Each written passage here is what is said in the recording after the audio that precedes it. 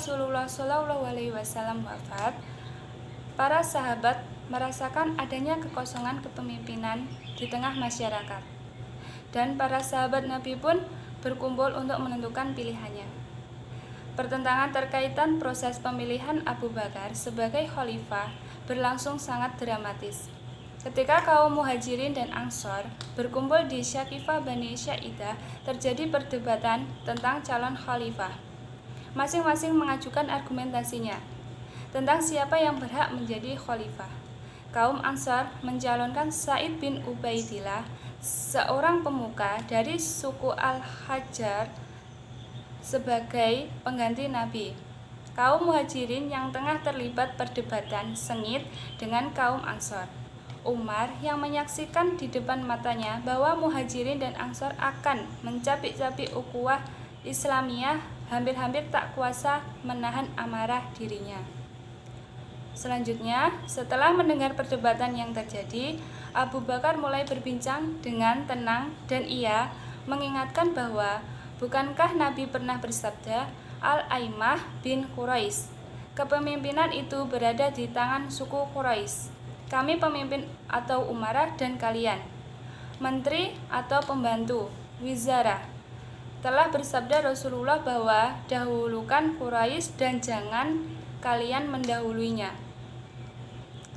Dalam kondisi tersebut, Abu Bakar, Umar, dan Abu Ubaidah bergegas menyampaikan pendirian kaum Muhajirin, yaitu agar menetapkan pemimpin dari kalangan Quraisy.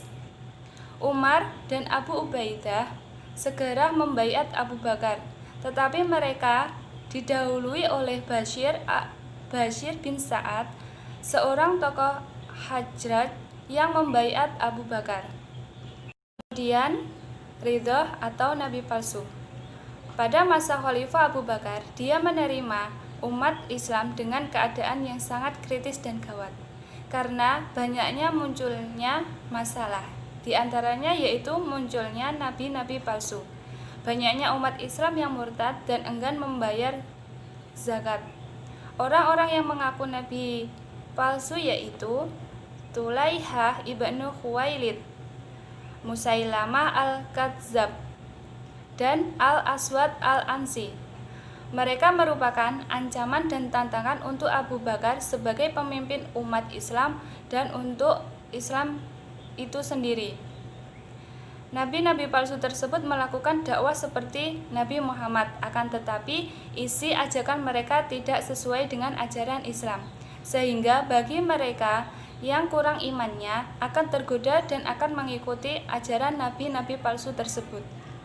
Ajakan yang ditawarkan seperti memperbolehkan untuk mengurangi sholat 5 waktu, berjudi, mabok, berzina, dan menghapuskan puasa Ramadan, mentiadakan batasan perkawinan, dan mengubah sistem pembayaran zakat menjadi sukarelawan.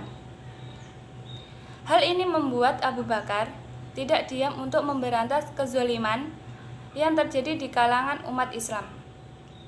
Keputusan yang diambil Abu Bakar pertama membentuk 11 pasukan, dan setiap pasukan pemimpin oleh seorang panglima perang tangguh yang membawa pengumuman.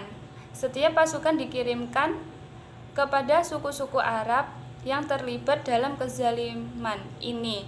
Diplomasi surat pun terjadi, yaitu sebelum Abu Bakar memutuskan untuk mengirimkan 11 pasukannya. Beliau mengirimkan surat kepada suku-suku yang menyeleweng tersebut. Inti dari suratnya yaitu ada kesamaran-kesamaran pemikiran yang melenceng dalam pemikiran ajaran Islam mereka. Jadi mereka yang melenceng diseru untuk kembali kepada jalan ajaran Islam yang benar. Tidak hanya pengingat dan seruan, tetapi konsekuensi pun dijabarkan dalam surat itu. Ketika mereka masih dalam kesesatan itu, maka akan ada akibatnya. Abu Bakar memerintah pasukannya yang di bawah Panglima Khalid bin Walid untuk memerangi nabi-nabi palsu. Musailamah dan para pengikutnya merupakan tujuan pertama yang diberantas, yaitu dengan cara mengepung beberapa hari, dan pada akhirnya Musailamah terbunuh. Dia terbunuh di tangan Wahsy, seorang budak yang berkulit hitam dan pembunuh Hamzah paman Nabi pada saat masih musyrik. Adapun Al-Aswad telah terbunuh sebelumnya. Setelah terbunuhnya nabi-nabi palsu dan terkumpas suku-suku atau golongan yang tidak mau membayar zakat, maka konflik antar umat Islam di bawah kepemimpinan atau kekhalifahan Abu Bakar bisa dikendalikan. Karena sisa-sisa kemurtadan telah ditumpas oleh Khalid bin Walid bersama pasukannya. Meskipun banyak para sahabat yang gugur dalam aksi militer tersebut, akan tetapi kejayaan Islam masih terjaga. Selanjutnya saya akan menjelaskan perluasan wilayah Islam pada masa Khalifah Abu Bakar Asy-Syiddiq dan Umar bin Khattab. Yang pertama adalah Abu Bakar Asy-Syiddiq. Daerah baru yang menjadi sasaran dakwah kaum muslimin adalah Persia dan Bizantium. Nah, Kekaisaran Persia meliputi daerah yang luas, yakni Irak Barat, Suriah, dan Jazirah Arab bagian utara. Dengan kekuatan tentara Bizantium yang sangat besar, maka Abu Bakar Asy-Syiddiq mengirimkan pasukan yang berlapis. Yang pertama adalah Yazid bin Abu Sufyan ke Damaskus, yang kedua Amr bin As ke Palestina, dan Syurahbil bin Hasanah ke Yordania, dan Abu Ubaidah bin Jarrah ke Hims. Saat perang Yarmuk terjadi, kaum muslimin mendengar kabar bahwa Khalifah Abu Bakar Asy-Syiddiq meninggal dunia, dan saat itu pula digantikan oleh Umar bin Khattab, dan akhirnya kekuasaan Bizantium di Arab dimenangkan oleh kaum muslimin. Di masa Abu Bakar Asy-Syiddiq yang berhasil dikuasai adalah Hirah. Nah, Hirah ini dijadikan sebagai pusat pertahanan dan ibu kota di luar Arab. Dan Anbar dan Persia, Dumatul Jandal, Firot, Kazima, Mazar, Yarmuk, Syam, dan Syria.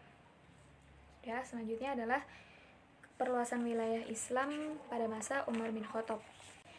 Ketika itu, kekuasaan wilayah Islam teramat spektakuler sehingga terkenal dengan nama Futuhat al-Islamiyah.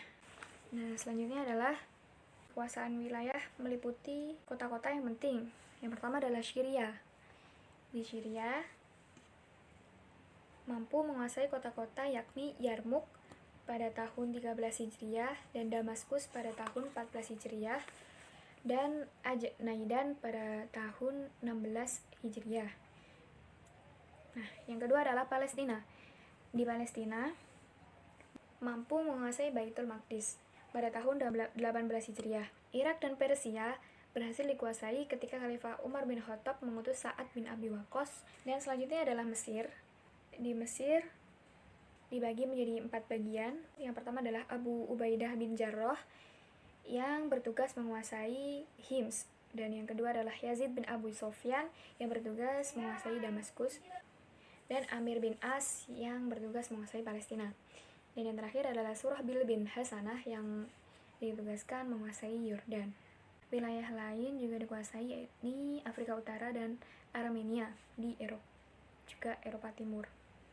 Selanjutnya adalah pemerintahan negara pada masa Abu Bakar Asy-Syiddiq. Yang pertama dalam agama, yaitu penumpasan nabi palsu. Yang kedua adalah menumpas pembangkang zakat. Dan yang ketiga menumpas orang murtad dan para penolak agama Islam. Dan selanjutnya adalah kenegaraan. Kenegaraan di bidang eksekutif, sekretaris negara yaitu Ali bin Abi Thalib, Utsman bin Affan, dan Zaid bin Sabit. Dan bendaharanya adalah Abu Ubaidah. Ini hal. Selanjutnya adalah kebijakan ekonomi.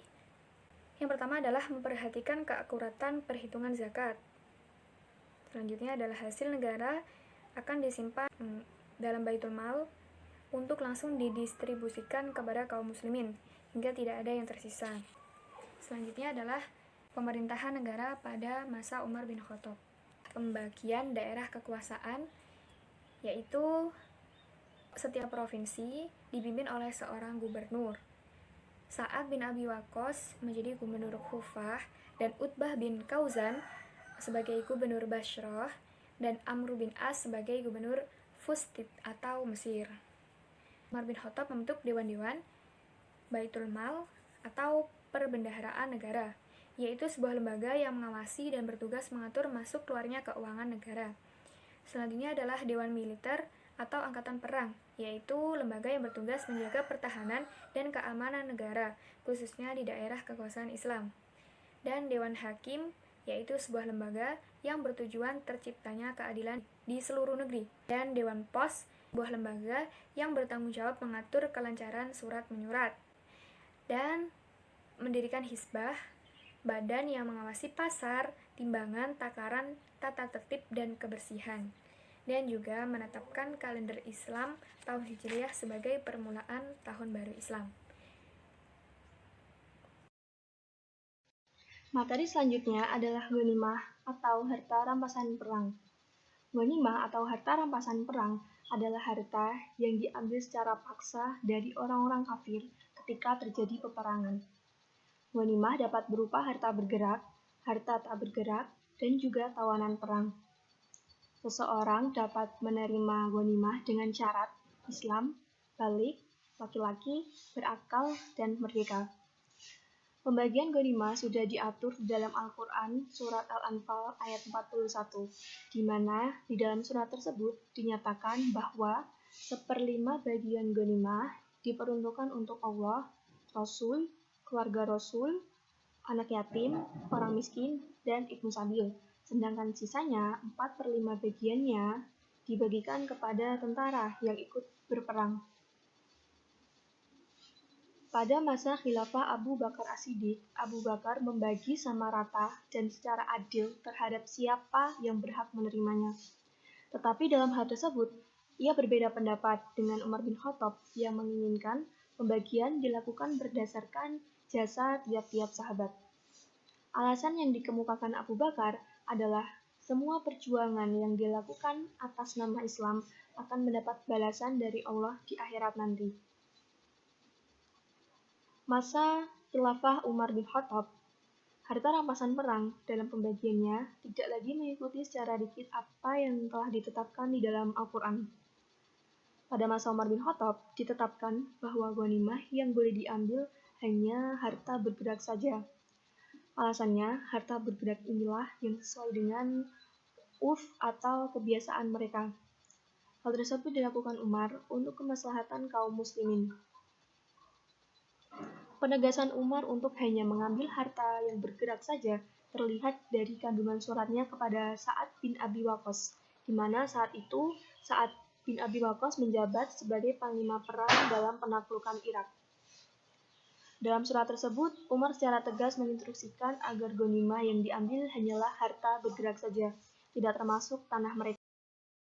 Selanjutnya yaitu pelimpahan wewenang kepada hakim daerah, yang terbagi menjadi 2. Pertama, pada masa Khalifah Abu Bakar As-Siddiq. Keadaan peradilan pada masa Abu Bakar relatif sama dengan peradilan pada masa Rasulullah, dan tidak ada suatu perubahan dalam lapangan peradilan. Hal ini disebabkan karena kesibukannya memerangi kaum murtad, kaum pembangkang yang tidak menunaikan zakat, urusan politik dan pemerintahan, serta belum meluasnya kekuasaan Islam pada masa itu.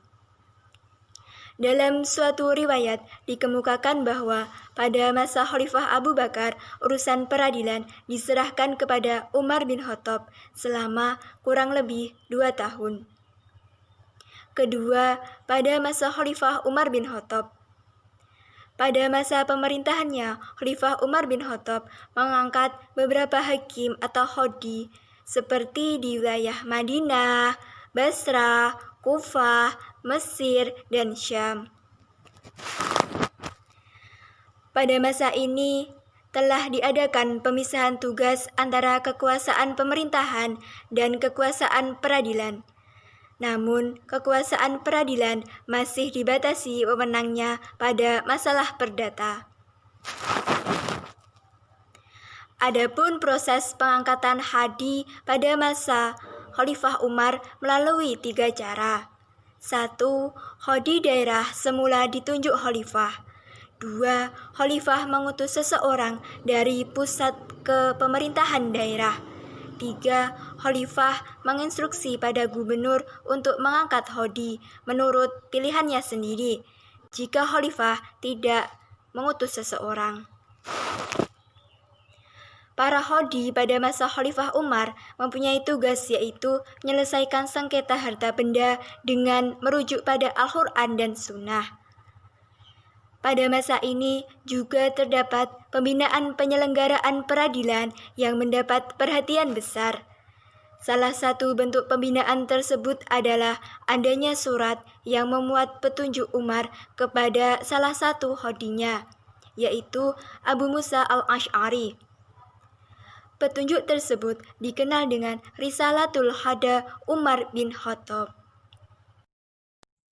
Baik, di sini saya akan menjelaskan tentang sistem pertahanan pada masa kekhalifahan Abu Bakar dan Umar bin Khattab. Pada masa kekhalifahan Abu Bakar berlangsung selama 2 tahun 5 bulan 11 hari.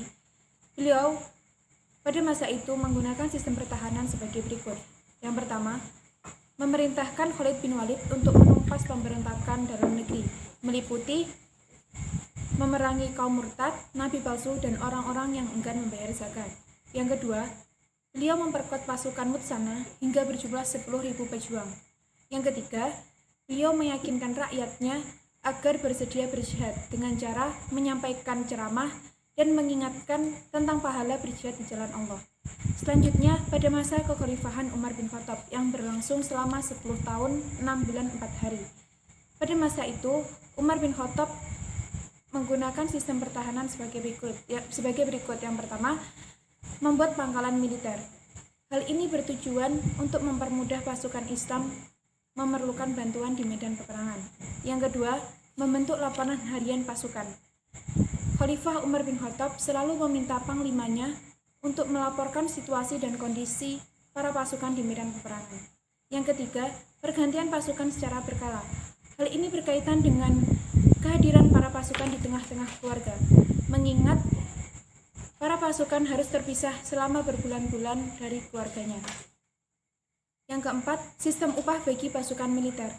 Di sini terdapat 2 tingkatan sistem upah. Tingkatan pertama, yakni sebesar 5.000 dirham atau setara dengan 350 juta. Ditujukan untuk pasukan yang telah tergabung sejak zaman Rasulullah atau Perang Badar. Pada tingkatan kedua, sebesar 1.000 dirham atau setara dengan 70 juta. Ditujukan untuk pasukan yang telah tergabung setelah Perang Khandasiyah. Dan yang terakhir adalah kebijakan wajib militer. Wajib militer di sini harus siap moral dan material. Para panglima di sini juga berhak untuk memilih pasukan yang dinilai mampu dan siap jiwa raga untuk berjuang demi bangsa Islam.